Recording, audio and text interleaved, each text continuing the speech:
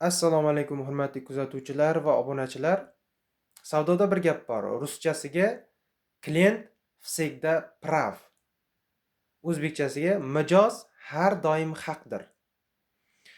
Savdoda shunday gap borki, inson mijozga har doim uni haqligini va unga har doim kulib muomalada, xush muomalada munosabatni o'ta eng tepada qilishlik kerakligini aytiladi. Bu tadbirkorlikning sirlaridan, savdoni sirlaridan hisoblanadi.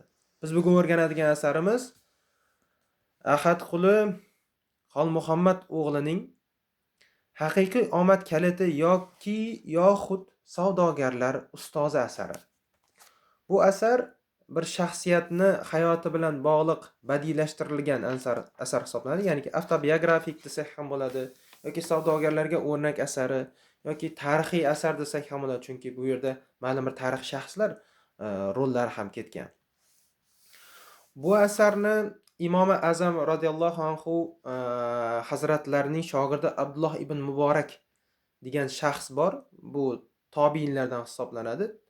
Tijorat bilan shug'ullangan faoliyati haqida yoki tijoratda qay darajada halol bo'lganligi haqida ma'lumotlarni bilib olamiz. Endi bu asarni to'lig'icha o'rganadigan bo'lsak, eng birinchi navbatda bu insonning dunyoga kelishi, endi bu inson o'zi qanday dunyoga kelgan? Abdulloh ibn Muborak. Otasining ismi Muborak bo'lgan va bu inson Muborak degan shaxs haqida ko'pchiligimiz balkim eshitgandirmiz, balkim eshitmagandirmiz. Muborak, Abdulloh ibn Muborakning otasi Muborak bir qozini quli bo'ladi. Qozi deganda hozirgi sudya. Sudyaning quli bo'ladi va u o'sha qozini bog'i bo'ladi. Bog'ida anor, turli xil mevalar bo'ladi. Qisqacha aytib o'tib ketaman. Bu yerda eng asosiy e'tibor qaratadiganimiz halollikka juda katta e'tibor berganligini o'sha Muborakni.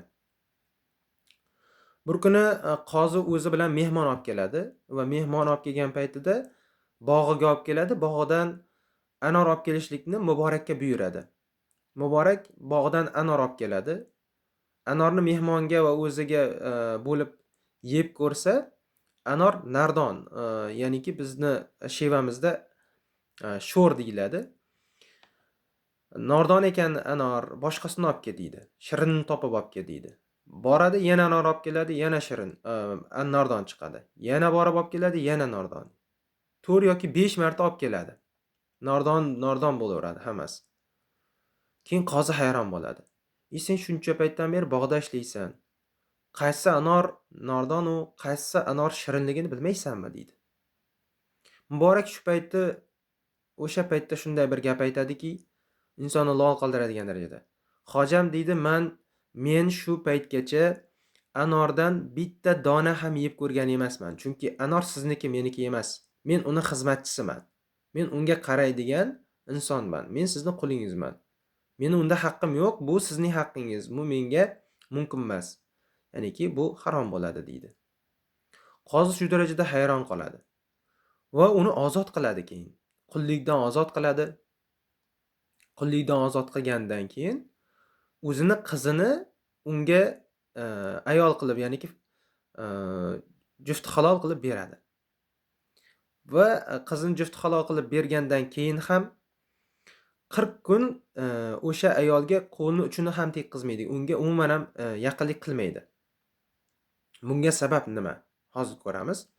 Bu yerda ajoyib bir sababiyat borki, Abdulloh ibn Muborakning otasi aytadiki, qiz uyga yig'lab boradi, qoziga aytadi, shunaqa bo'ldi, menga qo'lni uchini ham tekkizmadi, mendan yiroq bo'ldi degandan keyin qozi unga arz qilib boradi, ya'niki sen meni qizimga shubha bilan qarayotganmiding desa, yo'q, siz qozisiz, turli xil insonlar keladi atrofingizga. Ular sizlarga pul berishi mumkin yoki qaysidir bir mahsulot berishi mumkin. Uni orasida qaysidir insonni harom topgan puli sizga aralashib qolishi mumkin. Undan qizingiz yeb qo'ygan bo'lsa, uni tanasiga harom yuqqan bo'ladi, deydi. Va men uni tanasidagi harom chiqib ketish uchun 40 kun unga tekmadim.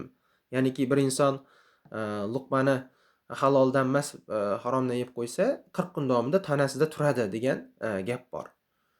Shuning uchun shunday qildim deydi. Va u insondan Abdulloh vujudga keladi. Ya'niki o'sha ayol va Muborakdan Abdulloh ibn Muborak. Abdulloh ibn Muborak bu tobiin hisoblanadi va o'ta katta boylikni egasi. Hozirda o'sha Elon Musk deymizmi, Bill Gates deymizmi, Jeff Bezos deymizmi yoki boshqa boylarni, milliarder yoki millionerlarni aytamizmi? Ulardan-da boy bo'lgan.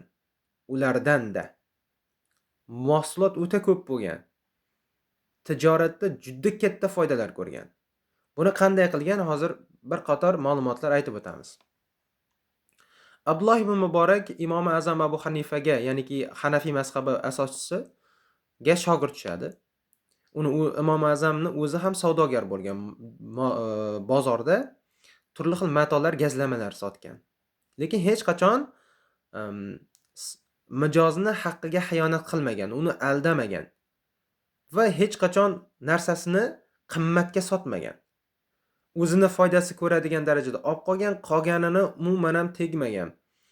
100 minglik narsa bo'lsa, 100 mingga sotgan. Uni masalan o'zi 90 yoki 95 mingga olib turib, 5 ming foydasini ko'rib. Bizda savdogarlar unaqa emas-da, hozir 50 mingga olgan narsasini 200 mingga sotadi. Va butun savdogarlar shunaqa. Hammasi kelishib oladi savdogarlarni, senda qancha bo'lyapti, senda qancha bo'lyapti, qanchadan olding, qanchadan sotamiz. Hammasi kelishib oladi. Bozorni ko'rsangiz, hammada bir xil baho. Hayron qolasiz, bular kelishib olgan. Kelishib olgan bo'ladi-da ko'pchiligi savdogarlarni. Va yolg'on ustiga qurishgan savdoni. Yolg'on ustiga qurilmaydi savdo hech qachon. Haqiqatni, haqni ustiga quriladi. Buni ko'p savdogarlarimiz bilmaydi-da, mijozlarni aldab sotishadi mahsulotini. O'zbekistonning mahsulotini Xitoyniki, Turkiyaniki, falon joyniki, falon joyniki, qaysidir bir sifatsiz narsani sifatli mahsulot bilan tenglashtirib sotishadi. Ko'pchilik savdogarlar, hammasi emas, ichida halollari ham o'sha mahsulotni zararga bo'lsa ham sotadiganlari bor. Unaqa insoflilar ham bor, lekin noinsoflar juda ko'p. Ayniqsa shu mol, kiyim-kechak savdosida juda ko'p. Endi Abdullohning dunyoga kelish haqida ko'rdik. Abdulloh ibn Muborakning ustozi Abu Hanifa Nu'mon ibn Sobit bo'lganligini ko'rdik. Va u insonning o'zi ham mahsulot oldi-berdi savdosida qatnashgan, uni hayoti davomida juda ko'p iliqliklar bo'lgan. Mijoz har doim haq deydi Abdulloh ibn Muborak. Biz haqqa xizmat qilishimiz kerak deydi. Xalq bizdan mahsulot olmasa, biz mahsulotimizni qanday qilib sotamiz? Bozorga mahsulotni olib kelsang, xalq kelib sendan mahsulot olmasa, sen zararda qolasan deydi. Shuning uchun har doim mijoz haq deydi.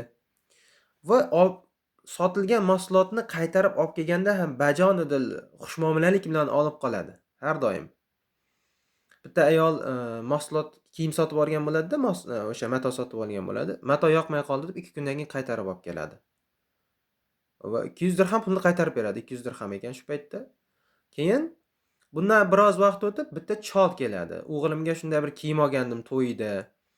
Onasi majburlab oldirgandi. Shuni qaytarib olib keldim. Bir hafta o'tgan o'sha to'ydan keyin. O'g'il kiygan uni. Ishlatgan uni. 100 dirhamga olgandim. 100 dirham pulimni qaytarib bering yoki kamroq bo'lsa ham mayli, chunki qarz qurzga botib qolganman to'ydan deydi. Amaki mayli deydi. Muammosiz deydi-da, kiyimni qaytib olib turib unga 200 dirham beradi. Nimaga? Chunki hozir bu mahsulot 100 dirham emas. Chunki qaysidir mahsulotlar vaqt o'tib ko'tarilishi mumkin bahosi, qaysidir mahsulotlar vaqt o'tib tushishi mumkin bahosi. Bu mahsulot bahosi ko'tarilgan, 200 dirham bo'lgani hozir deb 100 dirham qo'shib berib yoradi. Chol o'zida-yu xursand bo'lib ketadi. Va yana bitta ma'lumot bor. Bir kuni Abdulloh ibn Muborak bir ish bilan, bir fiqh masala bilan ketadi, shogirdiga tashab ketadi do'konni. Shogirdi 50 dirhamlik narsani 250 dirhamga sotadi. Va kelganidan keyin ustoziga aytadi shogird. 50 dirhamlik narsani 250 dirhamga sotdim ustoz deydi. Endi u insonni o'zi ham kelib turib birinchi 250 dirhamdan so'raydi. 250 dirhamga berib yuboradi o'sha shogirdni. Men haqman deb o'ylaydi, lekin savdogarlarimiz shunaqaki, 50 minglik narsani kimdir kelib turib o'zicha falon mingga so'rab qo'ysa, sotaman, xaridor rozi-ku. Yo'q, unaqa emas. Mahsulotni asl bahosida sotish kerak. Savdogarlarimiz ko'pchiligi bilishmaydi. Shunda o'sha insonni istab topib, sizni 200 dirhamingiz menda qolib ketdi, bu sizning haqqingiz. 50 dirhamlik narsani shogirdim 250 dirhamga sotib yuboribdi deb 200 dirhamni qaytarib beradi. Haq masalasida juda ko'p savdogarlarimiz e'tibor berishmaydi, lekin bu katta mas'uliyat bu. Buni biz mana bu asardan, Savdogarlar ustozi asaridan bilib olamiz. Buni ikkinchi qismi ham bor. Savdogarlar ustozi ikkinchi qismi, buni ham o'qib chiqqanmiz. Bu haqida ham ma'lum bir ma'lumotlar beramiz yaqinda. Va kim agarda tadbirkorlik va savdo mahsulotlari bilan shug'ullanadigan bo'lsa, bu kitobni o'qib chiqish kerak. Bu ishonchli ma'lumotlar asosida yozilgan kitob va hadis va oyatlardan iborat kitob hisoblanadi. Assalomu alaykum va rahmatullohi va barakatuh.